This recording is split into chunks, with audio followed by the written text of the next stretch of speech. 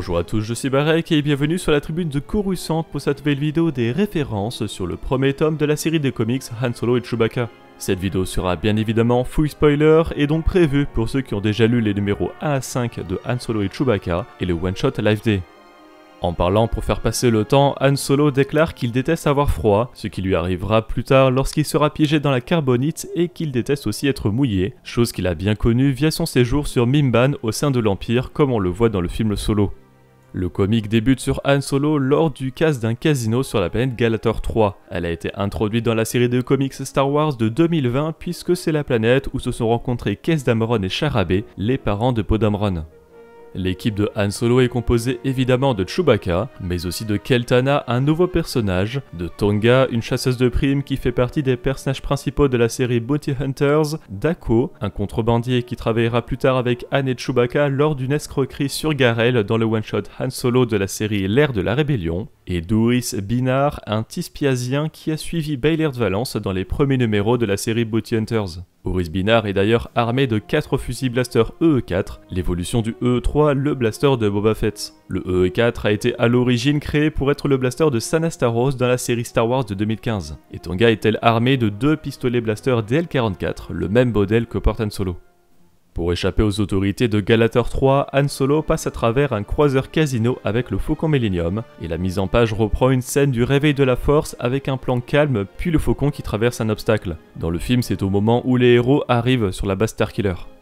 Han se rend ensuite sur Tatooine pour rencontrer Jabba le Hutt. Ce dernier l'accueille en lui disant « Han, mon garçon, tu as fait du beau travail », un parallèle inverse d'une des premières phrases du personnage dans Un Nouvel Espoir, avec « Han, mon garçon, tu me déçois ».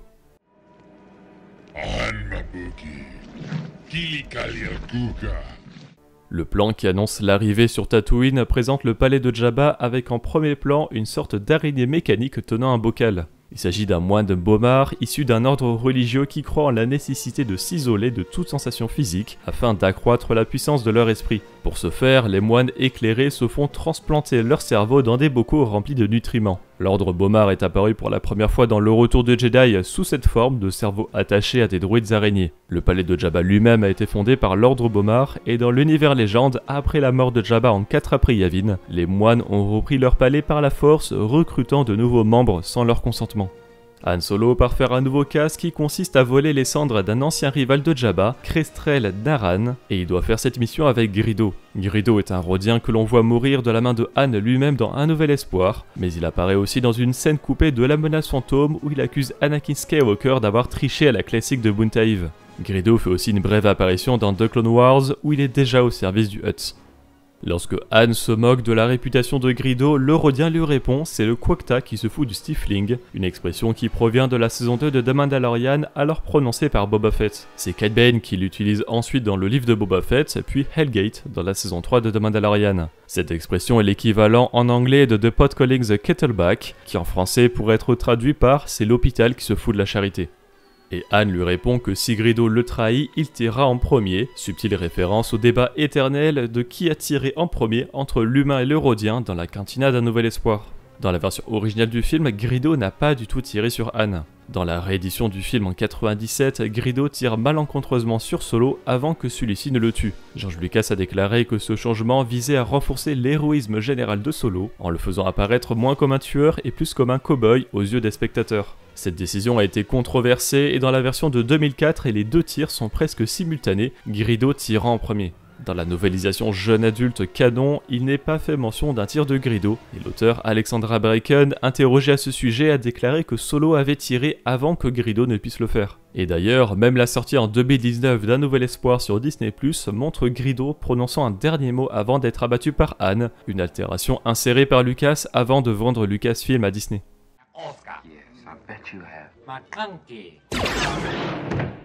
Dans la cantina de Chalmund à Mos Eisley sur Tatooine, un Nikto contacte un certain Corbus. Ce Nikto est en réalité Visam, un personnage du Retour du Jedi. Il assiste à l'arrivée de Luke Skywalker au palais de Jabba et se fait tuer par le Jedi au-dessus du Sarlacc alors qu'il est en train de tirer avec un canon.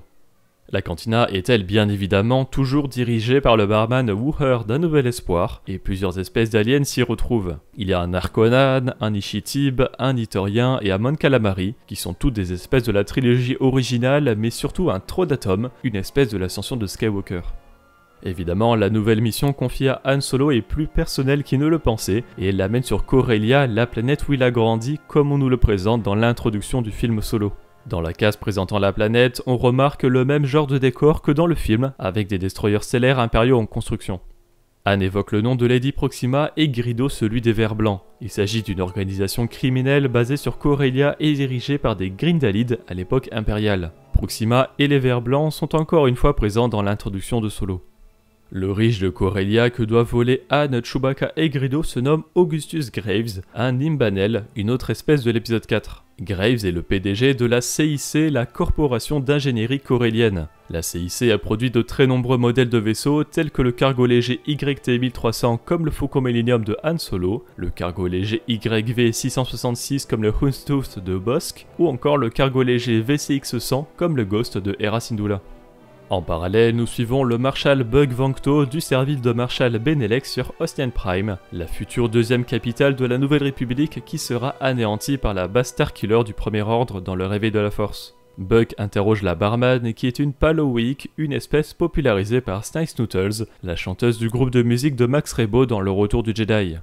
Dans un bar de Corellia, Corbus Tira rencontre Han et décide de se faire passer pour son père, un certain Ovan. Le père de Han est rapidement évoqué dans Solo, mais on en parlait déjà dans l'univers légende dès le roman Le mariage de la princesse Leia. Cependant, dans cet univers, le père de Han se nomme Jonash Solo.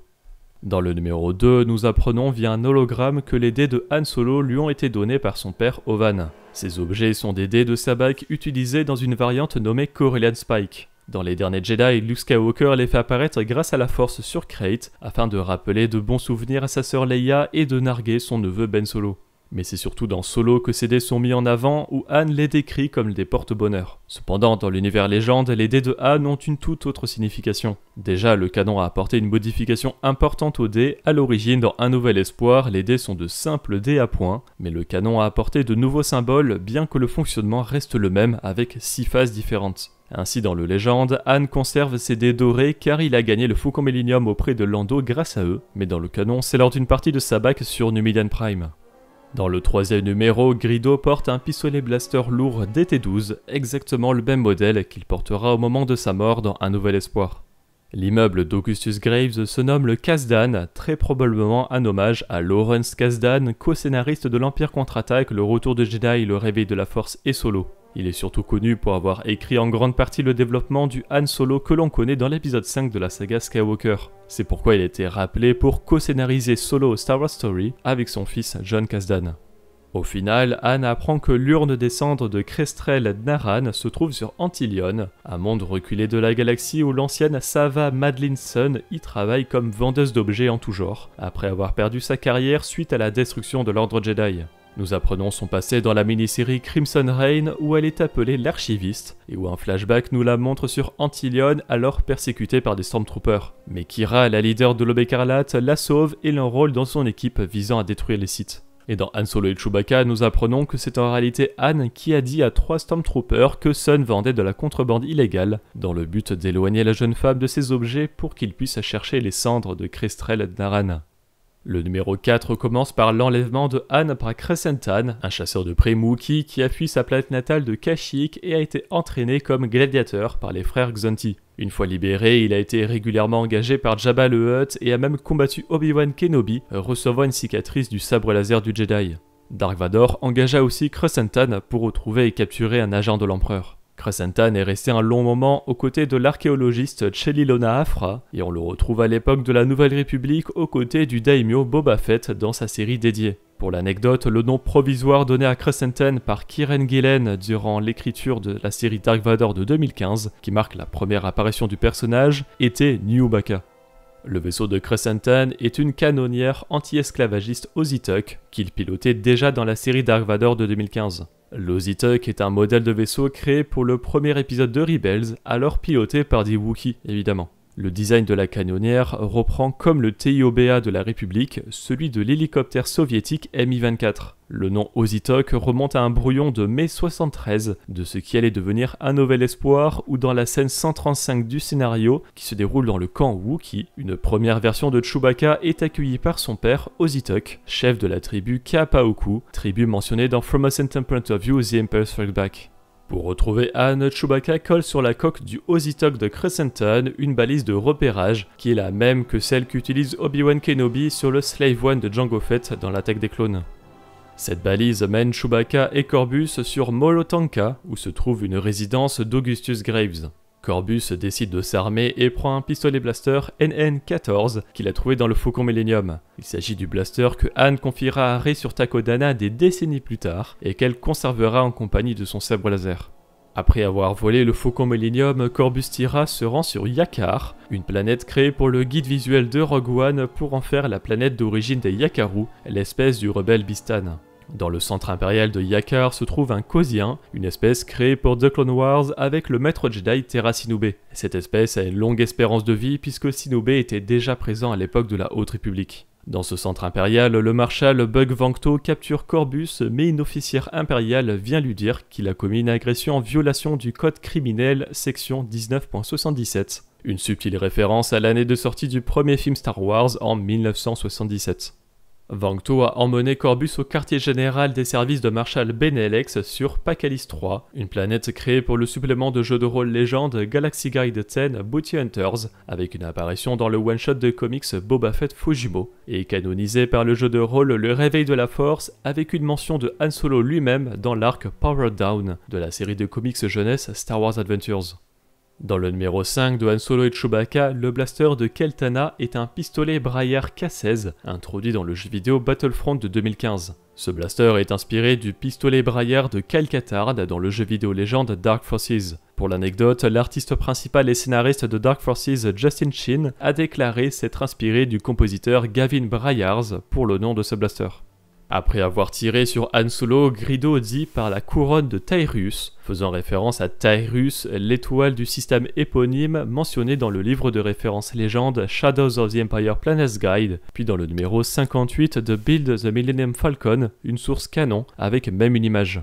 Le 5e numéro se conclut par l'incarcération de Chewbacca sur la planète pénitentiaire de Gouladar, sous le contrôle du service de Marshal Benelex. La planète est originale, mais on retrouve dans cette prison le docteur Cornelius Evazan et la Qualish Ponda Baba, les individus qui prennent la tête à Luke Skywalker dans la cantina d'Un Nouvel Espoir avant que Ponda ne se fasse couper un bras par Obi-Wan Kenobi. Mais Chewbacca retrouve aussi la reine pirate Maskanata que l'on connaît du Réveil de la Force pour posséder un château sur Takodana.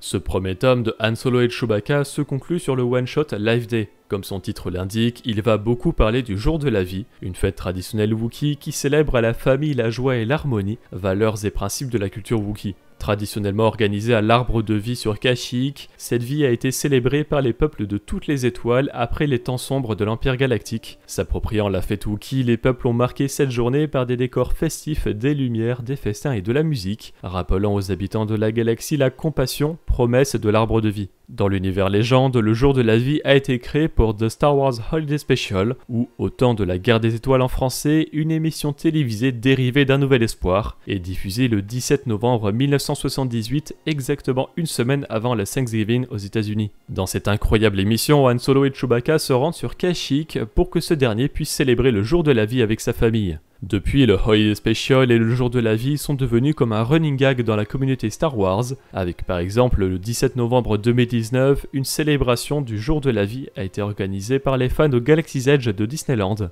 ou encore le film Lego Star Wars Holiday Special, ou Joyeuse Fête en français, qui est sorti sur Disney+ le 17 novembre 2020. Dans le One Shot Life Day, on retrouve beaucoup de détails visuels issus de l'émission originale Holiday Special, comme les Wookiees en robe rouge ou les orbres du jour de la vie. De quoi ? L'histoire principale de ce one-shot se construit autour d'une histoire environ en 31 après Yavin, avec plusieurs flashbacks à différentes époques. Dans l'histoire principale, Han Solo et Chewbacca sont sur Batuu, à l'avant-poste Black Spire, le lieu du Galaxy's Edge, le jour de la vie évidemment, alors qu'ils sont pourchassés par le Kanji Club, une organisation criminelle qui finira par rattraper Solo dans le réveil de la Force. En s'adressant au chef local du Kanji Club, nommé Emlat, Solo évoque le nom de Leech par rapport à Tasu Leech, le dirigeant du Kanji Club qui est actuellement développé dans les comics Bounty Hunters. D'ailleurs, dans l'épisode 7, le Kanji Club retrouve Solo à bord d'un cargo de classe Baline nommé l'Eravana, le nouveau vaisseau de Han et Chewbacca depuis que Ganis Duquesne leur a volé le Faucon Millennium. Han se rend sur Batuu parce qu'il a été invité par Rig Brosna, un pirate Harkonnen faisant partie de l'équipage du corsaire écarlate Sidon Itano. Lui et le reste de l'équipage sont partis à la recherche du trésor perdu du seigneur Sith le Comte Dooku sur le croiseur séparatiste Obrexta III qui s'est écrasé sur la planète Ponema. Tout ceci est raconté dans la nouvelle The Crimson Corsair and the Lost Treasure of Count Dooku du recueil Tales from Galaxy Far Far Away Aliens Volume 1.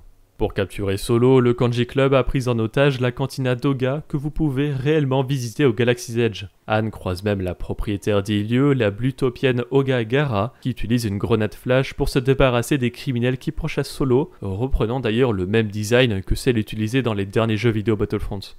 Face à un marchand Ewok qui vend des orbes du jour de la vie, Han repense à sa vie d'avant aux côtés de sa femme Leia Organa et de son fils Ben Solo, mais imagine également la nostalgie de Chewbacca en évoquant les noms de Mala et Waru.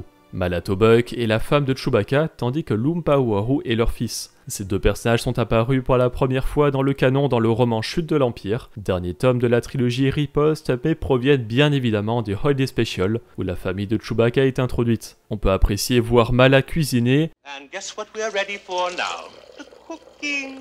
Step 1, we stir the mixture. Stir, stir, stir, stir, stir, stir, stir. Stir, stir, stir, stir. Very nice. Now, step 2, while we're stirring, we also whip. So it's stir, whip, whip, whip, whip, stir. Stir, whip, whip, whip, stir. Et Waru jouer avec des figurines et regarder un spectacle.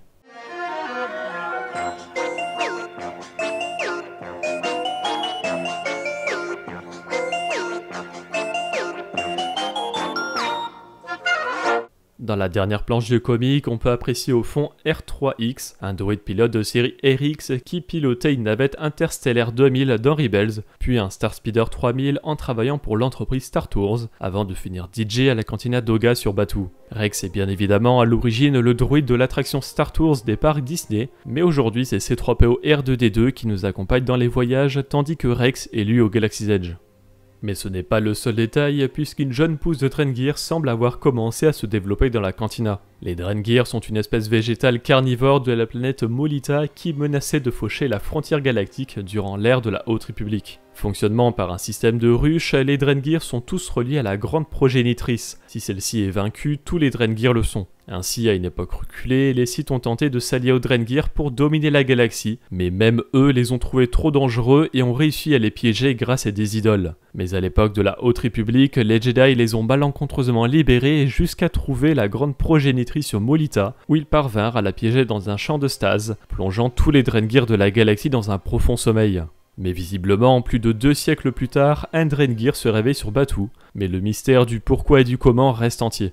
Le premier flashback se déroule à l'époque de la Haute République et nous suivons les Jedi Nibasek et Buryaga qui viennent sur Kashyyyk pendant les préparatifs du jour de la vie. Le duo vient enquêter sur une rumeur de la présence de Drengir sur la planète et au final, Asek et Burry trouvent des insectes qui auraient été envoyés par des Drengir. Ce qui est étrange et qui est évoqué par la maître Jedi est que la grande progénitrice a déjà été vaincue et que des Drengir seraient ainsi capables de vivre sans, de quoi expliquer potentiellement le Drengir de Batuu 2 siècles plus tard.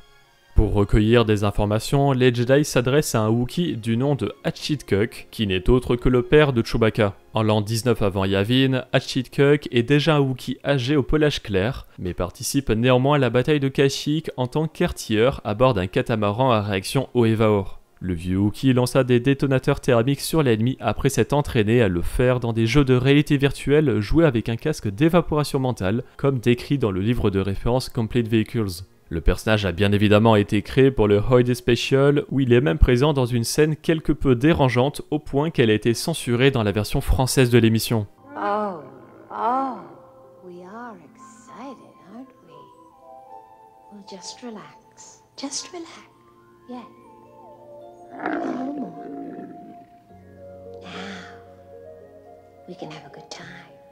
Vers octobre 2002, Hatchichikuk devait être réinventé pendant la production de La Revanche des Sith. Selon l'artiste conceptuel Sang Leung Lee, le père de Chewbacca devait être tué au cours du film, ce qui aurait poussé Chewie à s'enfuir et à rencontrer Han Solo. Ce concept n'a pas été retenu pour le film, mais en janvier 2003, Lucas a annoncé à l'équipe de création qu'un jeune Han Solo serait présenté et qu'au moment de l'épisode 3, il était élevé sur Kashyyyk par Chewbacca. Finalement, ces deux idées ont été complètement abandonnées, mais on retrouve tout de même le Faucon Millenium en arrière-plan sur Coruscant dans le film.